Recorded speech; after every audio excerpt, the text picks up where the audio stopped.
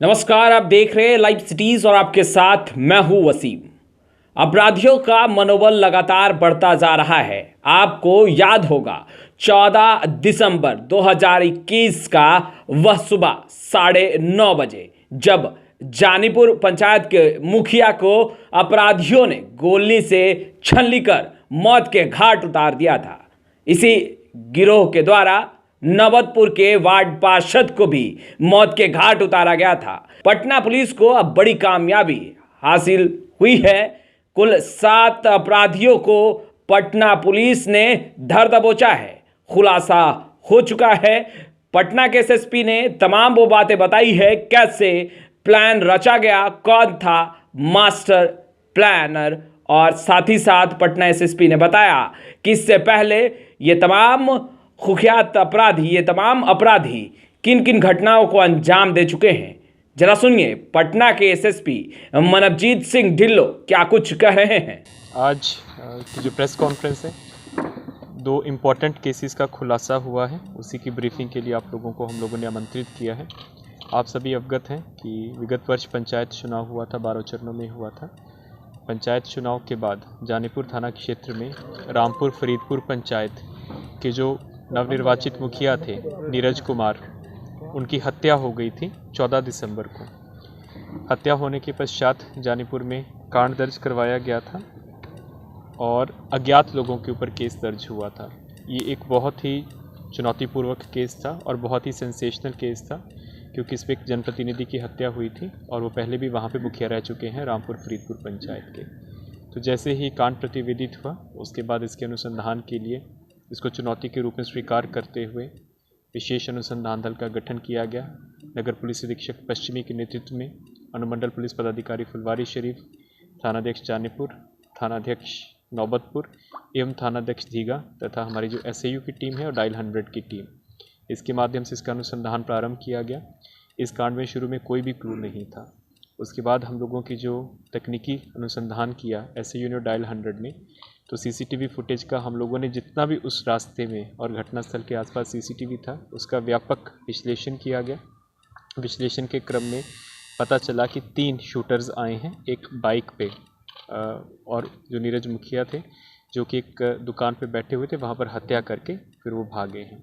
तो उनके भागने के रूट में, आने के रूट में जितने भी सीसीटीवी थे उनका विश्लेषण किया गया, उनकी फ़ोटोग्राफ्स को डेवलप किया गया, तो फ़ोटोग्राफ्स की पहचान कराई गई। इसी क्रम में कुछ संदिग्धों को ज़ीरो डाउन किया गया कि ये संदिग्ध हो सकते हैं। जब कुछ संदिग्धों को ज़ीरो डाउन किया गया तो उसके बाद लोगों ने उनको अनुश्रवण पे लिया, उनका मॉनिटरिंग स्टार्ट किया। 1 महीने तक लगातार हम लोगों का जो एक विशेष दल था उनको मॉनिटर कर रहा था, उनको फॉलो कर रहा था। इसी क्रम में पता चला कि वो जानीपुर थाना क्षेत्र में दोबारा आ रहे हैं और इसी क्रम में उनकी गिरफ्तारी की गई है। इसमें 3 लोगों को पहले गिरफ्तार किया गया। एक राजकुमार नाम का है, नौबतपुर थाना का रहने वाले हैं। विक्की कुमार जो कि दीघा थाना क्षेत्र का रामजी चक बाटा का रहने वाला है, और एक ओमकार कुमार जो कि नौबतपुर थाना क्षेत्र का रहने वाला है। तीनों की गिरफ्तारी के साथ ही उन लोगों का पूछताछ किया गया, तो उन लोगों ने पूरा अपना कन्फेशन किया। जो नीरज मुखिया, उनकी जो हत्या हुई थी, सुधीर जी भी उनका नाम है, रामपुर फरीदपुर पंचायत का, तो पता चला कि इसका पूरा जो षड्यंत्र था ब्योड़ जेल से रचा गया था। अभी जो ब्योड़ जेल में जिन्होंने षड्यंत्र रचा उनका नाम हम नहीं खोल रहे हैं, क्योंकि अभी कांड अनुसंधान में है, ताकि वो लोग सतर्क ना हो। लेकिन उसके पीछे जितना भी पैसा लगा था और जो उसका कारण था वो थी चुनावी रंजिश। वहाँ पे पूर्व मुखिया रहे हुए हैं मिथिलेश कुमार उर्फ अमिताभ कुमार, जो कि वर्ष 2011 में रामपुर फरीदपुर पंचायत के मुखिया थे। उन्होंने ही सारा षड्यंत्र करवाया था और उन्होंने अपने सहयोगियों से मिलते इन तीनों शूटर्स को सेट किया था। टोटल इस कांड में 7 लोगों की गिरफ्तारी हुई है, जिसमें 3 शूटर्स हैं। मिथिलेश मुखिया, पूर्व मुखिया जो हैं 4, जिसका बाइक में प्रयोग किया, जिसका बाइक यूज़ हुआ, और बाकी 2 लोग जो लाइनिंग का काम किए हैं। उनका नाम है मिथिलेश कुमार षड्यंत्रकर्ता पूर्व मुखिया, कन्हैया जो कि राजकुमार क्लोज एसोसिएट है, पहलेजा सोनपुर का रहने वाला है और वो अभी छपड़ा जेल में ही है। तो वहीं से ही ये देरा क्षेत्र से हथियार भी लाता था और यहाँ पे सप्लाई करता था।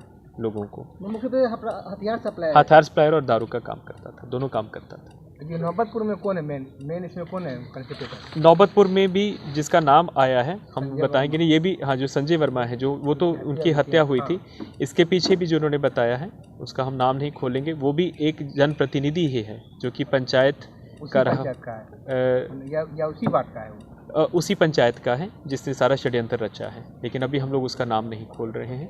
उनकी हत्या की सुपारी कितने के लिए है? उनकी हत्या में भी 8 लाख की सुपारी का 8 लाख की सुपारी और इनकी हत्या में 5 लाख की सुपारी ली गई थी। शूटर है वो अभी भी? हाँ, उनके दोनों शूटर्स अलग है क्योंकि दोनों बैक टू बैक काम होना था। तो जब उसका पहले हत्या 2 दिन पहले हुई है तो वो फिर अपना तुरंत भाग गए वहाँ से, क्योंकि तुरंत रिपीट नहीं करते थे। उनको था कि हो सकता है कि पुलिस को हमारी भनक लग जाए, तो इसलिए फिर उन्होंने दूसरी कांड के लिए, नीरज के लिए, ये 3 शूटर्स को इन्होंने किया। लेकिन ये जो 2 शूटर्स, इसमें आपको बता देता हूँ, ये जो 2 शूटर्स इसमें से राजकुमार और ओमकार, इन्होंने 6 महीना पूर्व भी संजय वर्मा के ऊपर अटेम्प्ट लिया था, लेकिन ये उस वक्त इनका प्रयास सफल नहीं हुआ था। तो इस बार इन लोगों ने क्योंकि सारा रेकी करके रखा हुआ था, इनके कब आता है कब जाता है पहचान इन्होंने करवाई थी और लाइनिंग का काम इन लोगों ने ही किया था। लेकिन जो शूटर्स थे वो अलग आए थे और वो घटना करके अपना फिर राज्य के बाहर चले गए क्योंकि उनको आने में समय लगना था। और ये जो है तब तक नीरज मुखिया का अच्छा इनको सेटिंग मिल गया था, तो तुरंत इन्होंने खुद सेटिंग करके वो काम कर दिए। सर, बेऊर जेल में हत्याकांड, ये आप जानते होंगे कि एक गुड़िया कुमारी नाम की महिला की वीडियो प्राप्त हुई थी। उस वक्त फिर एक समाज कल्याण विभाग के द्वारा जांच किया गया था, जिसमें प्रथम दृष्टया उस वक्त मामले को संदिग्ध पाया गया था। उसके बाद माननीय उच्च न्यायालय पटना के द्वारा सो मोटो कॉग्निजेंस लिया गया था न्यूज़पेपर रिपोर्ट्स के आधार पर। उसके बाद फिर उनका जांच किया गया तो वहाँ से निर्देश प्राप्त हुआ कि आप इसमें एफआईआर कीजिए, संदिग्ध है, सही है तो इन्वेस्टिगेशन के क्रम में वो सही पाया जाएगा तो आगे की कार्रवाई होगी, संदिग्ध पाया जाएगा तो उसी हिसाब से केस को क्लोज़ किया जाएगा। उसी प्रकरण में महिला थाना में 2 कांड दर्ज हुए हैं। एक सुनीता कुमारी जो कि काल्पनिक नाम इसके आधार पर 13/22 और एक 17/22 कांड संख्या गुड़िया कुमारी के बयान पर दर्ज हुआ है। उन दोनों कांडों के अनुसंधान के लिए माननीय उच्च न्यायालय ने निर्देश दिया है कि पुलिस उपाधीक्षक स्तर के अनुसंधानकर्ता के नेतृत्व में एक विशेष अनुसंधान दल का गठन किया जाएगा। ये आदेश कल ही प्राप्त हुआ है उच्च न्यायालय से और आज एसआईटी का गठन किया गया है एएसपी सचिवालय श्रीमती काम्या मिश्रा के नेतृत्व में, जिसमें महिला थाना, आलमगंज थाना और टीओपी प्रभारी जो पीएमसीएच के उनको इसमें रखा गया है और इसका अनुसंधान शुरू हो चुका है। आज उसकी विस्तृत समीक्षा भी की गई है और इसका जो अनुसंधान है वो हम लोग सीआईडी की भी हेल्प लेंगे और इसका अनुश्रवण हाईकोर्ट के द्वारा किया जा रहा है। सर, पटना के कई ऐसे, ये आप जानते होंगे कि एक गुड़िया कुमारी नाम की महिला की वीडियो प्राप्त हुई थी।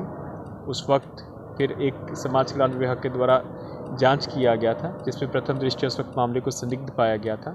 उसके बाद माननीय उच्च न्यायालय पटना के द्वारा सो मोटो कॉग्निजेंस लिया गया था न्यूज़पेपर रिपोर्ट्स के आधार पर। उसके बाद फिर उनका जांच किया गया तो वहाँ से निर्देश प्राप्त हुआ कि आप इसमें एफआईआर कीजिए, संदिग्ध है, सही है तो इन्वेस्टिगेशन के क्रम में वो सही पाया जाएगा तो आगे की कार्रवाई होगी, संदिग्ध पाया जाएगा तो उसी हिसाब से केस को क्लोज़ किया जाएगा। उसी प्रकरण में महिला थाना में 2 कांड दर्ज हुए हैं। एक सुनीता कुमारी जो कि काल्पनिक नाम इसके आधार पर 13/22 और एक 17/22 कांड संख्या गुड़िया कुमारी के बयान पर दर्ज हुआ है। उन दोनों कांडों के अनुसंधान के लिए माननीय उच्च न्यायालय ने निर्देश दिया है कि पुलिस उपाधीक्षक स्तर के अनुसंधानकर्ता के नेतृत्व में एक विशेष अनुसंधान दल का गठन किया जाएगा। ये आदेश कल ही प्राप्त हुआ है उच्च न्यायालय से और आज एसआईटी का गठन किया गया है एएसपी सचिवालय श्रीमती काम्या मिश्रा के नेतृत्व में, जिसमें महिला थाना, आलमगंज थाना और टीओपी प्रभारी जो पीएमसीएच के उनको इसमें रखा गया है और इसका अनुसंधान शुरू हो चुका है। आज उसकी विस्तृत समीक्षा भी की गई है और इसका जो अनुसंधान है वो हम लोग सीआईडी की भी हेल्प लेंगे और इसका अनुश्रवण हाईकोर्ट के द्वारा किया जा रहा है। सर, पटना के कई ऐसे, तो आपने सुना पटना के एसएसपी मनवजीत सिंह ढिल्लों को साफ तौर पर कहते नजर आ रहे हैं कि कुल 7 अपराधी शामिल थे जानीपुर पंचायत के मुखिया नीरज कुमार को मौत के घाट उतारने में। साथ ही साथ इससे पूर्व नमतपुर के वार्ड पार्षद को भी इस ग्रोह ने मौत के घाट उतारा था। खैर, लाइव सिटीज के साथ बने रहें। अब तक आपने हमारे चैनल को सब्सक्राइब नहीं किया है तुरंत सब्सक्राइब कर ले। आपका बहुत बहुत शुक्रिया।